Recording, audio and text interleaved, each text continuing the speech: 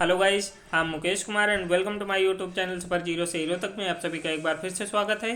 जैसा कि आप लोग स्क्रीन पर देख पा रहे होंगे, विज्ञान के सुपर 38 प्लस महत्वपूर्ण प्रश्नों की श्रृंखला हमारे द्वारा आप लोगों को उपलब्ध कराई जा रही है, जिसका ये पार्ट नंबर 4 है।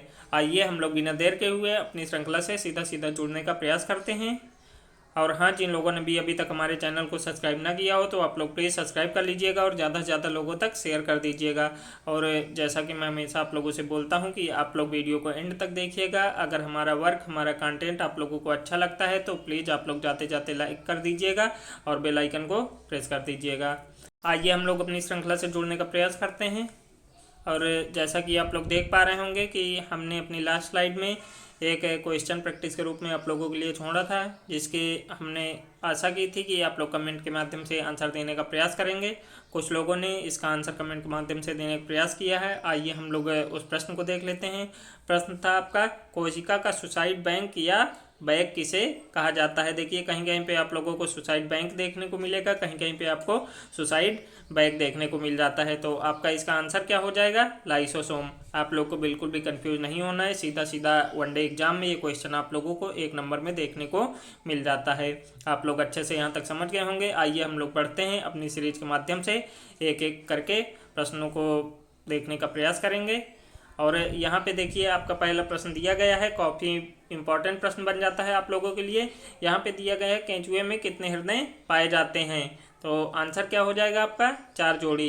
देखिए, इसी से मिलते जुलते जो क्वेश्चन आपके बन रहे थे, तो मैंने यहाँ पे एक स्लाइड ऐड करके उनको यहाँ पे रखने का प्रयास किया है, ताकि आप लोगों के एग्जाम में कोई भी क्वेश्चन इस तरह का वहाँ पे ना छूटे आप लोगों से। आइए हम लोग देख लेते हैं एक एक प्रश्न। यहाँ पे पहला फैक्ट आपका दिया गया है, ऑक्टोपस में 3 हृदय होते हैं। आप लोगों से एग्जाम में पूछा जा सकता है कि आप ऑक्टोपस जो होता है उसके शरीर में कितने हृदय पाए जाते हैं। तो आंसर क्या हो जाएगा? ऑक्टोपस के शरीर में 3 हृदय पाए जाते हैं। इसके बाद देखिए, दूसरा फैक्ट है, यहाँ पे दिया गया है, ऑक्टोपस का खून यानी ब्लड जो होता है वो नीले रंग का होता है। आप लोगों से सीधा सीधा वनडे एग्जाम में पूछ लिया जाता है कि किस जानवर का या किस जीव का जो खून होता है वो नीले रंग का पाया जाता है। तो आंसर क्या हो जाएगा आपका? ऑक्टोपस। इसके बाद एक नीचे दिया गया है फैक्ट, काफ़ी इंपॉर्टेंट है और कई बार आप लोगों से पूछा जा चुका है। यहाँ पे देखिए दिया गया है कि तिलचट्टा यानी काकरोच का रंग सफ़ेद होता है। सीधा सीधा आप लोगों से पूछा जाता है कि किस जीव का जो ब्लड होता है वो सफ़ेद रंग का होता है। तो आप लोग आंसर क्या टिक करेंगे? जो हमारा तिलचट्टा होता है, यानी उसको हम लोग काकरोच के नाम से जानते हैं, तो उसी का रंग जो होता है वो आपका सफ़ेद होता है। आप लोग अच्छे समझ पा रहे होंगे। आइए अब हम लोग बढ़ते हैं प्रश्न नंबर 2 की तरफ। प्रश्न नंबर 2 यहाँ पे आपका दिया गया है, रोल्ड गोल्ड किनसे मिलकर बना होता है। आप लोग जानते हैं कि जो भी हमारी नकली ज्वेलरी आजकल मार्केट में उपलब्ध होती हैं, तो बिल्कुल दिखने में सोने की तरह होती हैं, लेकिन एक्चुअली में वो सोने की नहीं होती हैं। तो वही पूछ रहा है आपसे कि रोल्ड गोल्ड जो होता है उसमें किस किस का मिश्रण होता है। तो आइए हम लोग देख लेते हैं। इसमें 90% आपका तांबा पाया जाता है और 10% आपका एल्युमिनियम पाया जाता है। आप लोग अच्छे समझ गए होंगे। आइए हम लोग बढ़ते हैं प्रश्न नंबर 3 की तरफ। प्रश्न नंबर देखिए 3 यहाँ पे आपका दिया गया है कि ऐसा कौन सा विटामिन है जो हार्मोन भी है। आप लोग इसको इम्पोर्टेंट कर सकते हैं, क्योंकि आपके विटामिन के क्वेश्चन जब बनते हैं तो इस तरह क्वेश्चन वहाँ पे आप लोगों को एग्जाम पेपर में देखने को मिल जाते हैं। तो आपका आंसर क्या हो जाएगा? Vitamin D. इसका रासायनिक नाम क्या होता है? इसका रासायनिक नाम हम लोग कैल्सीफेरॉल के नाम से जानते हैं। आइए हम लोग बढ़ते हैं नेक्स्ट क्वेश्चन की तरफ, यानी प्रश्न नंबर 4 की तरफ। यहाँ पे देखिए, आपका प्रश्न नंबर 4 दिया गया है कि मानव शरीर में कोलेस्ट्रॉल की मात्रा बढ़ जाने पर किसका खतरा बढ़ जाता है। तो काफ़ी अच्छा प्रश्न है। और जो हमारा कोलेस्ट्रॉल होता है, अगर इसकी मात्रा हमारे शरीर में बढ़ जाती है तो हमें हृदयघात जैसी बीमारियों का सामना करना पड़ सकता है। हृदयघात को हम लोग क्या बोलते हैं? दिल का दौरा पड़ जाना, यानी हार्ट का ये रोग है। आइए अब हम लोग प्रश्न नंबर 5 की तरफ बढ़ते हैं। प्रश्न नंबर 5 यहाँ पे देखिए आपका दिया गया है, लिटमस पेपर प्राप्त किया जाता है। आप लोगों ने अपने हाई स्कूल या इंटर में सुना होगा कि आपका जो नीला लिटमस पेपर होता है वो आपका रेड हो जाता है। तो उसी लिटमस पेपर की आपकी बात कर रहा है यहाँ पे कि वो लिटमस पेपर कहाँ से प्राप्त किया जाता है। तो आपका आंसर क्या हो जाएगा? लाइकेन से। आइए अब हम लोग बढ़ते हैं प्रश्न नंबर 6 की तरफ। प्रश्न नंबर 6 देखिए यहाँ पे आपका दिया गया है ओजोन परत किस मंडल में पाई जाती है। काफ़ी अच्छा फैक्ट है और सीधा सीधा वनडे एग्जाम में आप लोगों को ये भी क्वेश्चन देखने को मिल जाता है। जो भी हमारी परत पाई जाती है यानी सबसे नीचे आपकी क्षोभ मंडल पाई जाती है, इसके ऊपर जैसे जैसे जाएंगे तो आप लोगों को परत बाई परत देखने को मिल जाती है। उन्हीं में से आप लोगों की एक परत पाई जाती है ओजोन परत। पूछा जा रहा है कि किस मंडल में पाई जाती है, तो आपका हो जाएगा समताप मंडल में। आइए हम लोग बढ़ते हैं प्रश्न नंबर 7 की तरफ। यहाँ तक आप लोग अच्छे समझ पा रहे होंगे। देखते हैं यहाँ पे प्रश्न नंबर 7 आपका दिया गया है मोती मूंगा, यानी हम लोग इसको इंग्लिश में पर्ल बोलते हैं। बोल रहा है कि रासायनिक रूप से किसका बना होता है, यानी बताना है कि जो मोती होता है हमारा वो किसका मिश्रण होता है। तो आपका आंसर क्या हो जाएगा, कैल्शियम कार्बोनेट का। काफ़ी अच्छा प्रश्न है और जो भी आपके वनडे एग्जाम होते हैं, यहाँ तक कि आपके यूपी पीसीएस में ये जो क्वेश्चन है आपका पूछा जा चुका है। आइए अब हम लोग बढ़ते हैं प्रश्न नंबर 8 की तरफ। प्रश्न नंबर 8 यहाँ पे आपका दिया गया कि फोटोग्राफी में कौन सा यौगिक उपयोग किया जाता है। तो आपका आंसर क्या हो जाएगा, सिल्वर ब्रोमाइड का। आइए अब हम लोग बढ़ते हैं प्रश्न नंबर 9 की तरफ। प्रश्न नंबर 9 यहाँ पे आपका दिया गया है कि जेनेटिक्स के अंतर्गत किसका अध्ययन किया जाता है। मोस्ट इंपॉर्टेंट इसको कर लीजिएगा क्योंकि कई बार ये आपके एग्जाम पेपर में पूछा जा चुका है क्वेश्चन। जेनेटिक्स के अंतर्गत जो आपका है वो आनुवंशिकता का अध्ययन किया जाता है। आइए अब हम लोग बढ़ते हैं प्रश्न नंबर 10 की तरफ। प्रश्न नंबर देखिए 10 यहाँ पे आपका दिया गया है पाइरोमीटर से क्या मापा जाता है। तो जहाँ पे भी आपको पाइरो शब्द लगा दिख जाए तो ये समझ लीजिएगा कि वहाँ पे उच्च तापमान की बात कर रहा है। तो क्या हो जाएगा आपका आंसर, उच्च तापमान पाइरोमीटर से मापा जाता है। इसके बाद आइए हम लोग बढ़ते हैं प्रश्न नंबर 11 की तरफ। प्रश्न नंबर 11 आपका कह रहा है कि 18 कैरेट गोल्ड में गोल्ड का प्रतिशत होता है। मोस्ट इंपॉर्टेंट इसको भी कर लीजिएगा क्योंकि ऑलरेडी ये 2-3 एग्जामों में आप लोगों से पूछा जा चुका है। ये आपका मैथ का भी क्वेश्चन बन जाता है और आपका साइंस का भी क्वेश्चन बन जाता है।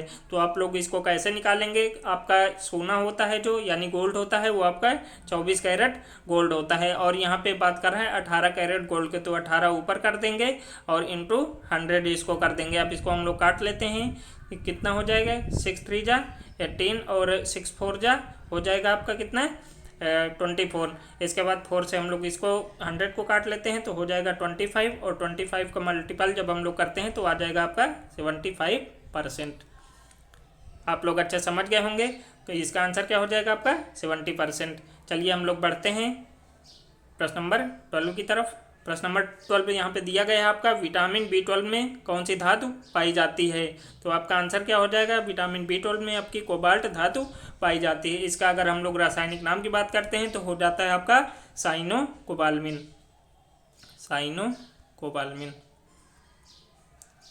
कोबाल्मिन कहीं पे आप लोग अच्छे से नोट कर लीजिएगा। इस तरह क्वेश्चन आप लोगों के एग्जाम पेपर में 100% पूछे जाते हैं। आइए अब हम लोग बढ़ते हैं प्रश्न नंबर 13 की तरफ। प्रश्न नंबर 13 देखिए यहाँ पे आपका दिया गया है मानव की त्वचा का रंग किसके द्वारा निर्धारित होता है।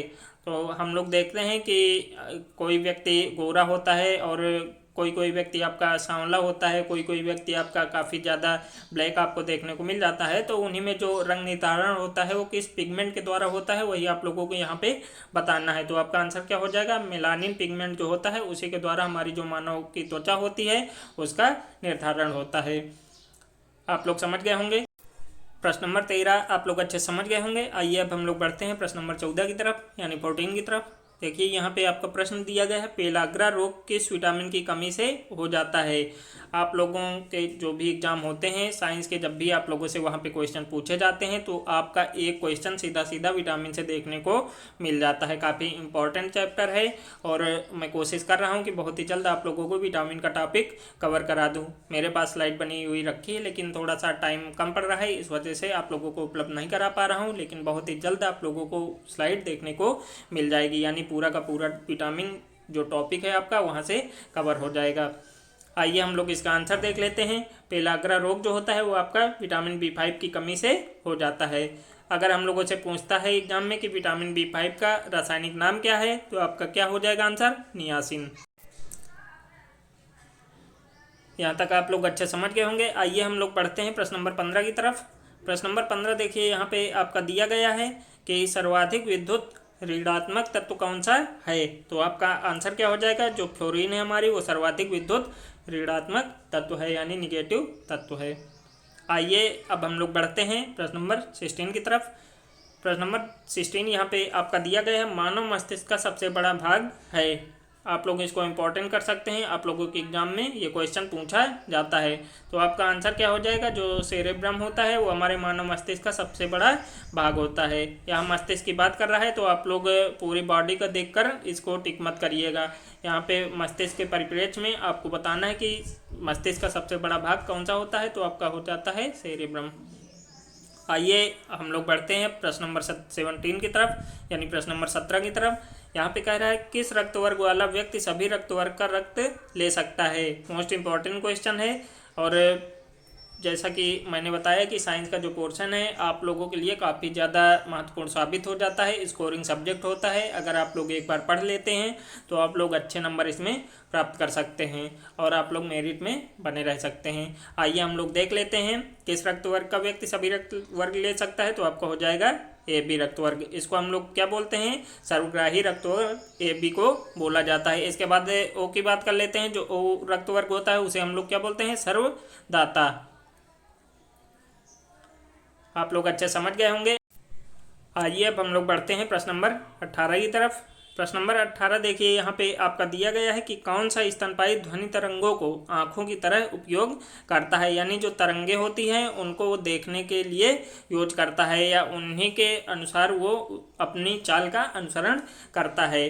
तो आइए हम लोग देख लेते हैं कि वो स्तनपायी कौन सा है। चमगादड़ जो होता है वो ध्वनि तरंगों को आँखों की तरह उपयोग करता है। अच्छा, कभी कभार आप लोगों से एग्जाम में पूछ लेता है कि जो चमगादड़ होता है वो कौन सी तरंगे उत्पन्न करता है, तो आपका आंसर क्या हो जाएगा, पराशब्द तरंगे। इसके बाद एक फैक्ट और आप लोगों से पूछा जाता है एग्जाम पेपर में कि आपकी जो पराशब्द तरंगे होती हैं उन कितने हर्ट्ज तक होती हैं वो, तो आपका आंसर क्या हो जाएगा, 20,000 हर्ट्ज से ऊपर के जो तरंगे होती हैं वो आपकी पराश्रव्य तरंगे कहलाती हैं।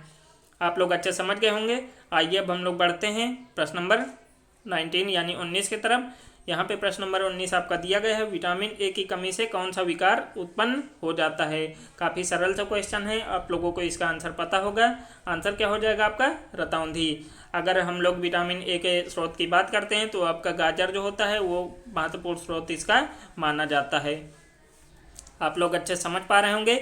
आइए अब हम लोग बढ़ते हैं प्रश्न नंबर 20 की तरफ। प्रश्न नंबर 20 यहाँ पे आपका कह रहा है, कोशिका का पावर हाउस किसे कहा जाता है। इंपॉर्टेंट आप लोग इसको कर लीजिएगा, सीधा सीधा फैक्ट में ये क्वेश्चन आप लोगों से एग्जाम पेपर में पूछता है। तो आपका आंसर क्या हो जाएगा, कोशिका का पावर हाउस आपके माइटोकॉन्ड्रिया को बोला जाता है।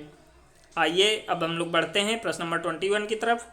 प्रश्न नंबर 21 यहाँ पे देखिए कह रहा है कि मानव शरीर का सबसे कठोरतम पदार्थ क्या है। मोस्ट इंपॉर्टेंट क्वेश्चन बन जाता है आप लोगों के लिए, और ये आपका यूपीपीसीएस, रेलवे, एनटीपीसी, आपका एसएससी 10+2 हर जगह ये क्वेश्चन आपका पूछा जा चुका है। तो आइए देख लेते हैं आंसर इसका। आपका जो एनिमल होता है ये दांतों में पाया जाता है, तो वही आपका शरीर का सबसे कठोर पदार्थ हो जाता है। आइए अब हम लोग बढ़ते हैं प्रश्न नंबर 22 की तरफ। प्रश्न नंबर 22 यहाँ पे आपका दिया गया है, मानव किडनी में होने वाली स्टोन किसकी बनी होती है। देखिए आपका बीएड एंट्रेंस एग्जाम जो आपका 2019 में हुआ था उसमें ये क्वेश्चन आपका पूछा गया था कि जो मानव किडनी होती है उसमें जो आपकी स्टोन पड़ जाती हैं वो किसकी बनी होती हैं, तो आपका आंसर हो जाएगा कैल्शियम ऑक्जेलेट की। आप लोग याद रखिएगा, आप लोग अच्छा समझ पा रहे होंगे। आइए हम लोग जोड़ते हैं प्रश्न नंबर 23 के साथ में। प्रश्न नंबर 23 यहाँ पे आपका कह रहा है, पारसेक किसका मात्रक है, तो आपका आंसर क्या हो जाएगा, खगोलीय दूरी का। इसके बाद आइए हम लोग बढ़ते हैं प्रश्न नंबर 24 की तरफ। प्रश्न नंबर 24 यहाँ पे आपका दिया गया है, एक गिलास में तैरता हुआ बर्फ का टुकड़ा जब पिघलता है तो पानी के स्तर पर क्या प्रभाव पड़ेगा। वेरी वेरी इंपॉर्टेंट, इसको कर लीजिएगा आप लोग। कई बार आप लोगों के एग्जाम पेपर में इस तरह क्वेश्चन देखने को मिल जाते हैं। आपका इसका आंसर क्या हो जाएगा, ना घटेगा ना बढ़ेगा। यानी जब भी आपका बर्फ़ का टुकड़ा अगर आपके गिलास में पड़ा है तो जब वो पिघलता है तो आपके गिलास का पानी का जो स्तर है वो ना तो आपका बढ़ेगा ना तो आपका घटेगा। आप लोग यहाँ तक अच्छे समझ गए होंगे। और एक क्वेश्चन इसी में और आप लोगों का पूछ लिया जाता है कि जो अगर बर्फ़ का टुकड़ा जो है वो पानी से भरे ग्लास में पड़ा हुआ है तो उसका कितना भाग आप लोगों को दिखाई देता है, तो आपका आंसर क्या हो जाएगा कि उसका 1/10 भाग वो दिखाई देता है। आप लोग समझ गए होंगे। यहाँ तक आप लोग अच्छे समझ गए होंगे। आइए हम लोग बढ़ते हैं प्रश्न नंबर 25 की तरफ। यहाँ पे देखिए प्रश्न नंबर 25 आपका दिया गया है, फ्यूज तार की प्रकृति क्या होती है। तो फ्यूज तार किस प्रकार का होता है, आपका निम्न गलनांक का बना होता है। इसके बाद आइए हम लोग जोड़ते हैं प्रश्न नंबर 26 के साथ में। प्रश्न नंबर 26 दिया गया है, जब किसी वस्तु को गर्म करते हैं तो उस वस्तु के अणुओं पर क्या प्रभाव पड़ता है। मोस्ट इंपॉर्टेंट क्वेश्चन है, आप लोगों से इस तरह क्वेश्चन सीधा सीधा यहाँ तक कि आपके यूपी पीसीएस जो एग्ज़ाम होते हैं, राज्य स्तर के बड़े एग्जाम हैं, उनमें तक ये क्वेश्चन आप लोगों को देखने को मिल जाता है। आइए हम लोग इसके आंसर की बात करते हैं। तो आंसर आपका क्या हो जाएगा, आगे की ओर तेजी से गति करने लगते हैं। यानी जब भी हम किसी वस्तु को गर्म करते हैं तो जो उसमें हमारे इलेक्ट्रॉन होते हैं वो आगे को गति करने लगते हैं। यहाँ तक आप लोग अच्छे समझ गए होंगे। आइए हम लोग बढ़ते हैं प्रश्न नंबर 27 की तरफ। प्रश्न नंबर 27 देखिए, यहाँ पे आपका दिया गया है कि पौधे द्वारा तैयार किए गए भोजन को पौधे के विभिन्न भागों में किसके द्वारा पहुँचाया जाता है।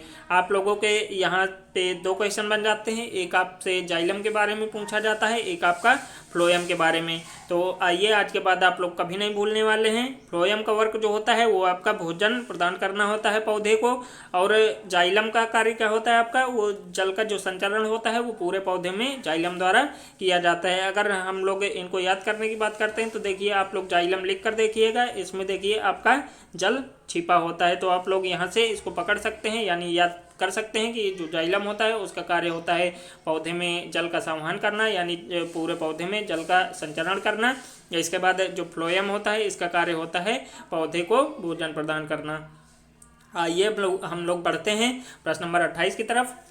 प्रश्न नंबर 28 देखिए, यहाँ पे आपका दिया गया है कि मायोपिया आंखों का एक दोष है, इसे अन्य किस नाम से जाना जाता है। तो इसके पहले भी हम लोगों ने इस तरह क्वेश्चन एक पढ़ लिया है, और हम लोगों को पता है कि जो मायोपिया होता है उसे हम लोग निकट दृष्टि दोष के नाम से जानते हैं। निकट दृष्टि दोष को दूर करने के लिए हमें किस लेंस की ज़रूरत पड़ती है, तो हो जाएगा आपका अवतल लेंस की। इसके बाद एक क्वेश्चन इसी में से और बन जाता है कि दूर दृष्टि दोष को निवारण के लिए किस प्रकार के लेंस की आवश्यकता होती है, तो उसका हो जाएगा उत्तल लेंस की। आप लोग दोनों क्वेश्चन अच्छे समझ पा रहे होंगे। आइए अब हम लोग बढ़ते हैं प्रश्न नंबर 29 की तरफ। यहाँ पे कह रहा है कि रक्त प्लाज्मा में जल की मात्रा लगभग होती है। ये आपका यूपी पीसीएस एग्जाम में क्वेश्चन पूछा जा चुका है। तो आइए हम लोग इसका आंसर देख लेते हैं। इसमें हो जाएगा आपका 90% रक्त प्लाज्मा में जल की मात्रा उपलब्ध होती है।